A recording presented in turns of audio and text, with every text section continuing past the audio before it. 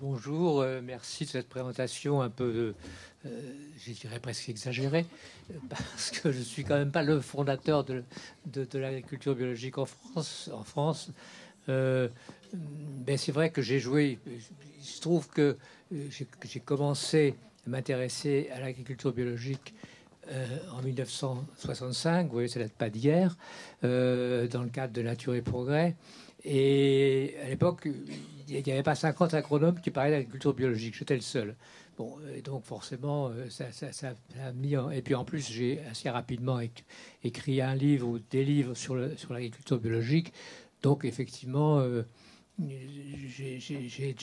j'étais, disons, le porte-parole de l'agriculture biologique en France pendant, disons, depuis cette période-là jusqu'à pendant un certain temps.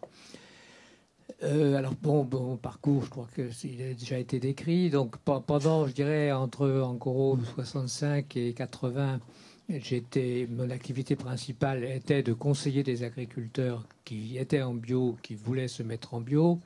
À une époque où on avait très peu d'informations et où il y avait euh, très peu d'agriculteurs bio en France, bien entendu. Après, effectivement, j'ai été cofondateur, hein, pas le seul, de Terre Vivante. Et là, je me suis beaucoup occupé de Terre Vivante.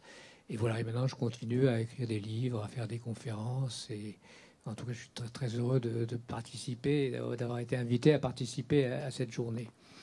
Alors, quelques mots, je ne sais pas qui, qui parmi vous est bien informé sur ce que l'agriculture biologique. Enfin, je pense que tout le monde sait ce que c'est. Mais peut-être deux mots un peu d'où elle vient et pourquoi elle est née. Elle est née en fait entre les deux guerres mondiales, essentiellement de deux courants. Un, c'est la biodynamie, qui est un peu, je dirais, le volet agricole de l'anthroposophie, et l'autre d'un mouvement d'Angleterre et d'un agronome anglais qui s'appelle Albert Howard. Alors ce qui est assez intéressant, c'est que donc Steiner, pour ceux qui connaissent, avait donné des fondements généraux, mais ceux qui ont fait la pratique, qui ont démarré la pratique de l'agriculture biologique, c'était Pfeiffer, qui était un agronome allemand, et Howard, qui était un Anglais, qui a fait ses expérimentations en Inde, à l'époque où l'Inde était une colonie anglaise. Et ce qui est assez intéressant, c'est qu'ils ne se connaissaient pas, ils ne se sont jamais rencontrés, et ils sont aboutis fondamentalement à la même chose. C'est-à-dire, très schématiquement, après, il y a beaucoup d'autres choses dans l'agriculture biologique. Arrêter les engrais chimiques, remplacés par des apports organiques, et des apports organiques sous forme de compost. Le compost a vraiment été et reste en grande partie une pierre angulaire de l'agriculture biologique.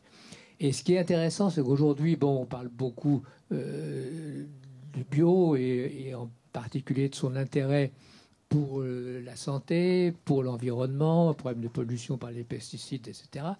À l'époque, ça ne les intéressait. D'abord, à cette époque, il n'y avait pas de problème de ce type. L'utilisation des pesticides était encore très faible, les engrais même aussi. Leur idée et leur unique objectif à l'époque, c'était le sol. Maintenir et améliorer la fertilité du sol, où déjà il commençait à y avoir des problèmes. Et je dirais malheureusement, une partie, maintenant, depuis quelques années, ça revient.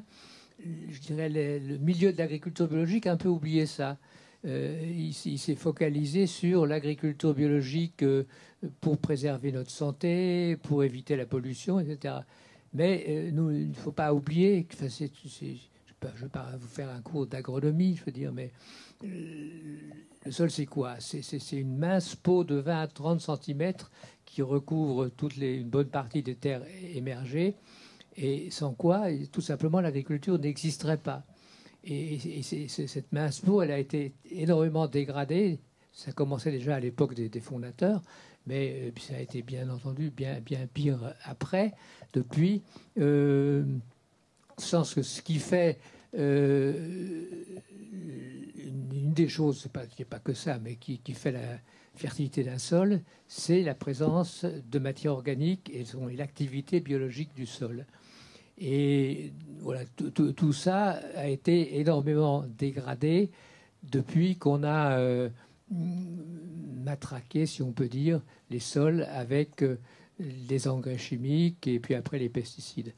Et là, encore une fois, c'est pour terminer avec l'histoire de l'agriculture tout court, pas seulement de la biologique, la seule grande révolution de l'histoire de l'agriculture, maintenant il y en a peut-être une deuxième qui est celle des OGM, ça a été ce chimiste allemand qui a trouvé un moyen de synthétiser l'azote. Le problème de l'agriculture, c'est que le principal nutriment en quantité des plantes, c'est l'azote.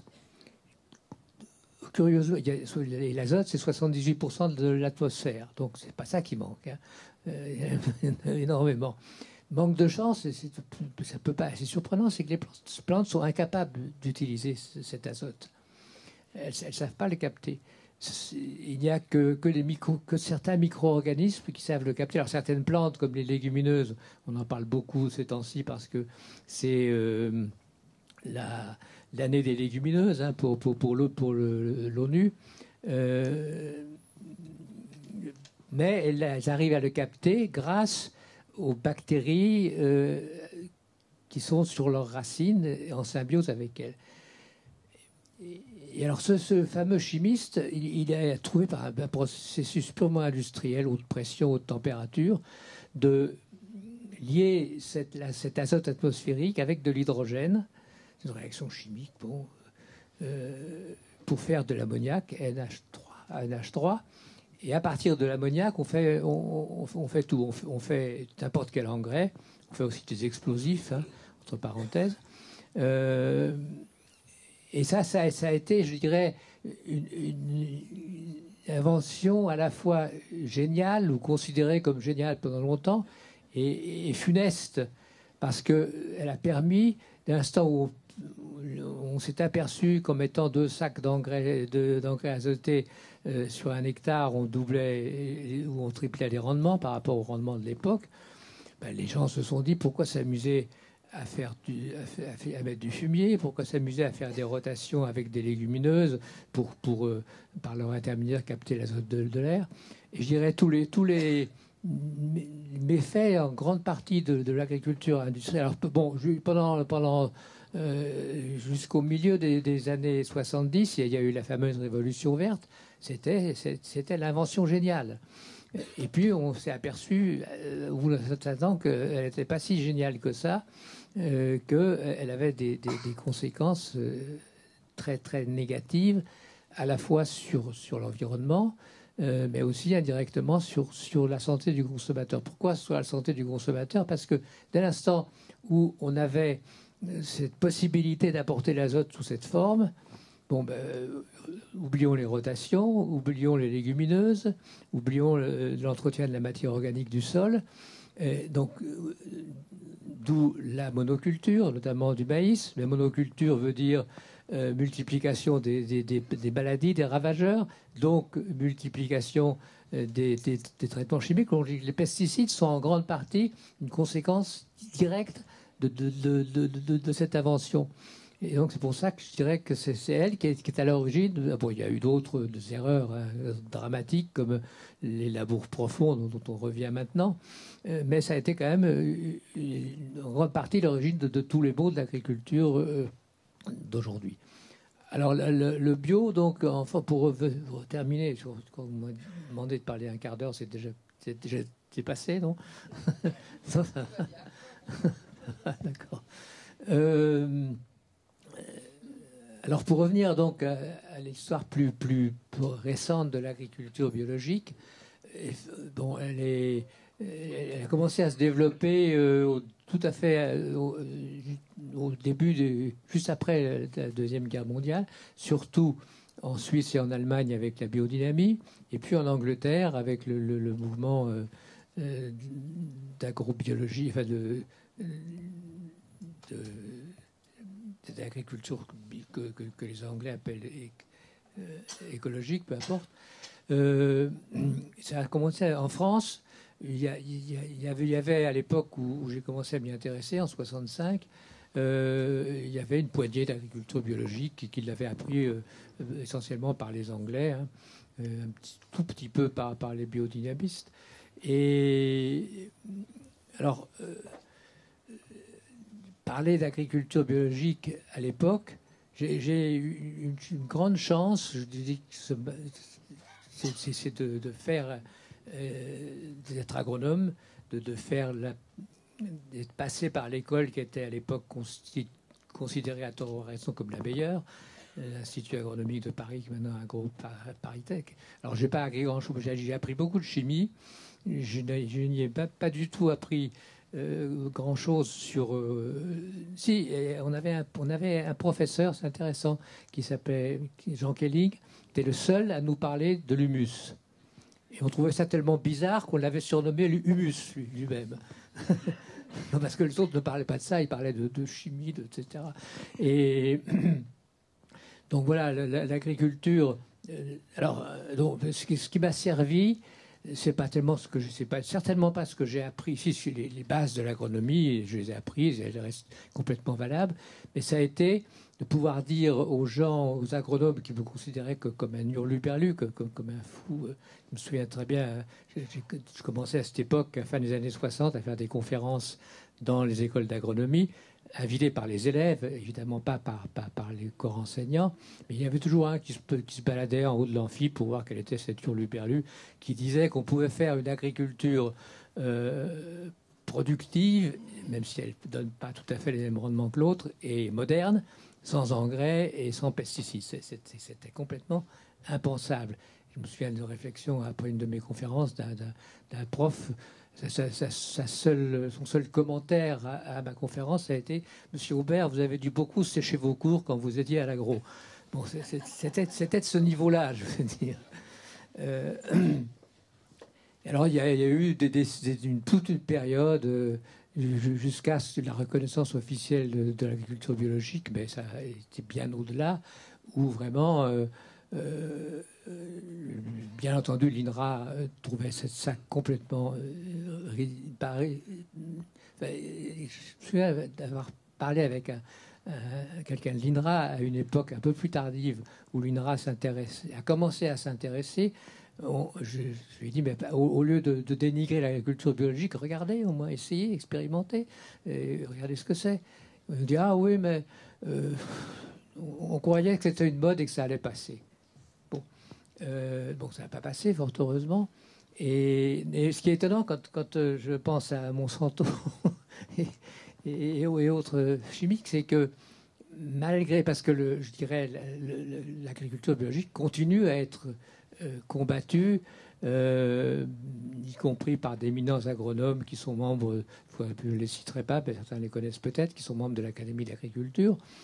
Mais enfin, et Monsanto et compagnie n'empêchent pas, n'ont pas peut-être ralenti, mais absolument pas empêché le développement de l'agriculture biologique.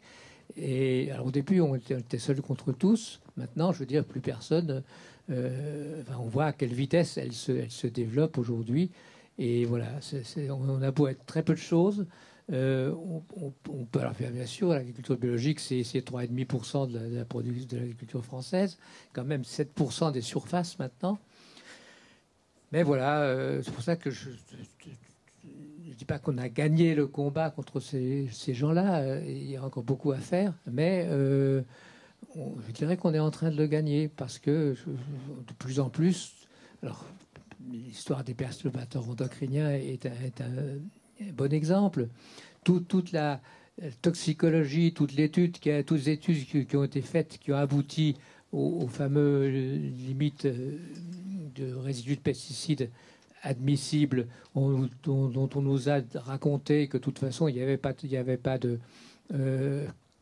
problème de santé, puisqu'on testait ça sur les animaux, on prenait une marge de sécurité de sang, quelque chose comme ça. Tout ça tombe à l'eau complètement depuis qu'on a découvert qu'avec des quantités 100 ou 1000 fois inférieures à celles qui étaient considérées jusqu'à présent comme sans effet nocif pour la santé, à savoir les perturbateurs endocriniens. Alors tous les pesticides ne le sont pas, mais il y en a pas mal. bon, il y a ça, puis il y a aussi ce qu'on appelle l'effet cocktail. Quand on autorise un pesticide, on le teste seul, et comme on absorbe, enfin, peut-être pas vous si vous mangez bio, mais en tout cas, la plupart des gens en absorbent au moins une vingtaine différents ou une trentaine chaque jour. Ben voilà, donc on commence à voir des effets sur la santé qui sont encore quelquefois contestés par les gens qui sont soit mal informés, soit de mauvaise foi. Mais maintenant, je dirais, c'est absolument plus discutable. Donc c'est vrai que la santé, ça commence par ce qu'on met dans son assiette. Et ce qu'on met dans son assiette, ça commence, pas seulement, mais aussi par comment ont été cultivés les produits qu'on met dans son assiette. Voilà, je m'arrête là. Je pense qu'on aura une discussion tout à l'heure.